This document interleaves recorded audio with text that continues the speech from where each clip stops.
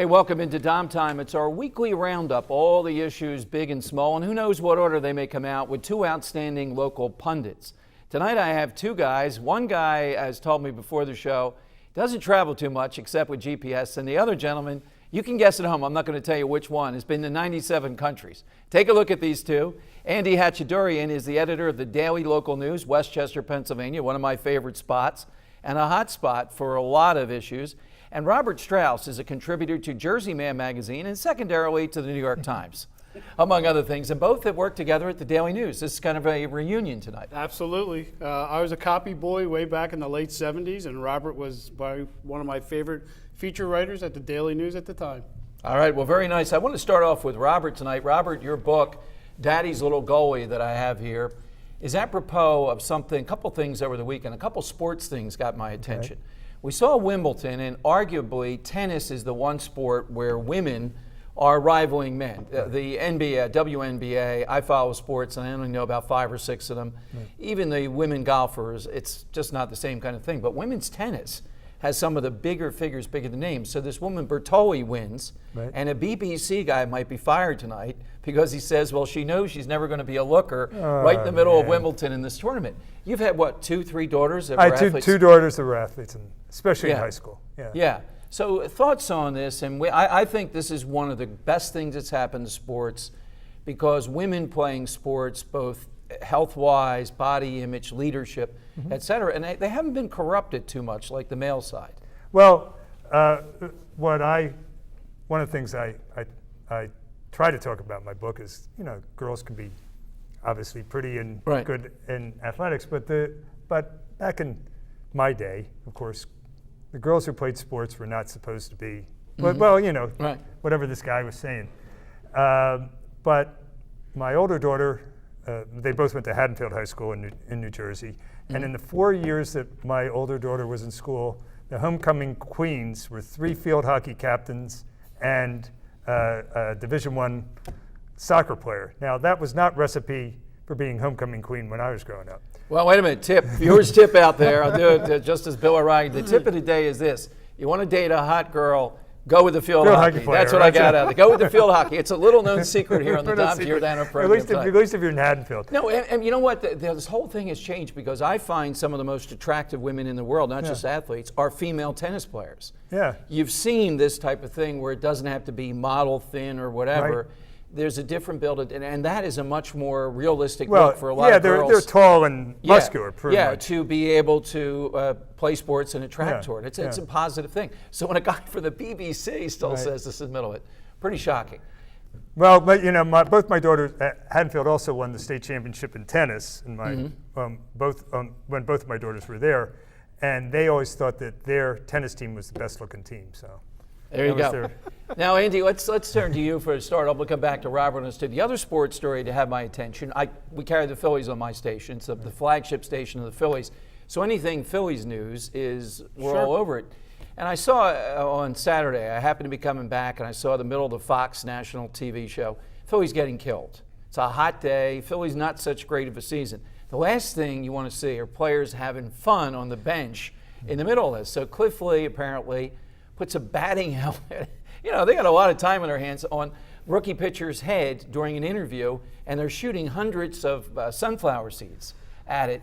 If you heard about this as a fan, how do you feel when they're doing this? They're told to have fun. Well, we tell our athletes, and fans alike, we take this way too serious, but I think people, when they're seeing their athletes being paid, $25, $30 million a year, and that's fine in a great season. Maybe a little clowning around is not the worst thing that can happen, but when you're having the kind of season the Phillies are having, and it just doesn't play well, I don't think I think a lot of people get upset by that. They think, well, these guys just don't care.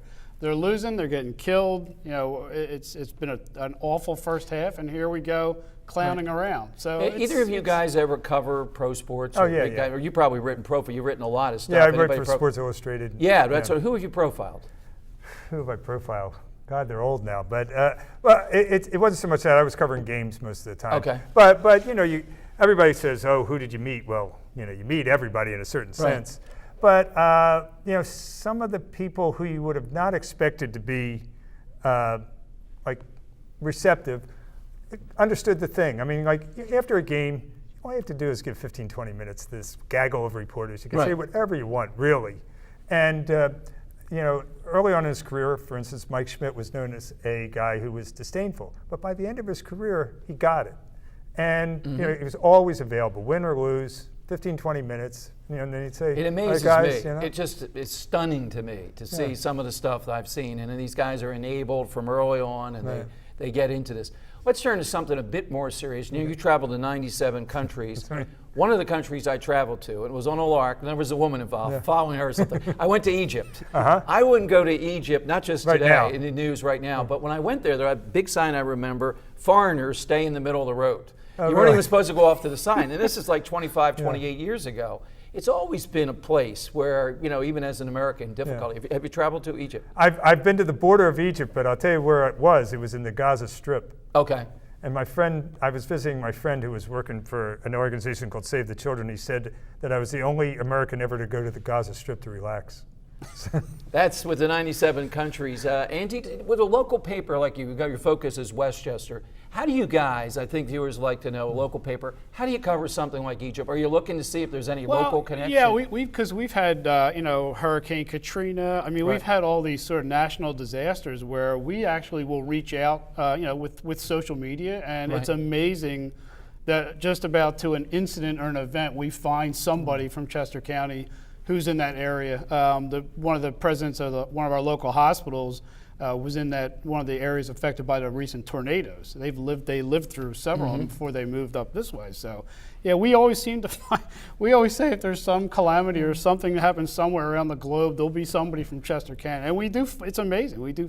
That's how we handle it. Obviously, we can't go to Egypt or travel around the world. We have the Associated Press who are covering things for us, but from the local perspective, we always seem to find somebody. Let me ask you, you mentioned the Associated Press. I was on a diatribe today, and I wish I had time to put it up on the screen. We have a picture of 19 of those coffins coming, the firefighters, the elite. Yes. And I went off on this, and it says, heroes come home, Heros. Oh, God. You guys now have been through, that was my response, and particularly when it is true heroes. What is it with putting the hoagie up there rather than the plural of hero? And this was an AP story, and it was in the Philadelphia Daily News. How many layers does that go through with people not seeing this? Well, having worked for the AP for a little less than a year up in Trenton, obviously, or oddly enough, I mean, it's one of those things where I think you look at it 15, 20 times. If we've been in the newspaper business, you'll look at a headline. But don't people know the plural of hero anymore in the newspaper business? Again, it's one of those things where you'll look at it 15 times and the 16th time. I think they actually think that's the plural because I've seen it on MSNBC. I don't think it's a misspelling. I think the plural of hoagies, some of these people, younger, whatever, that's what I'm guessing with, that's in there.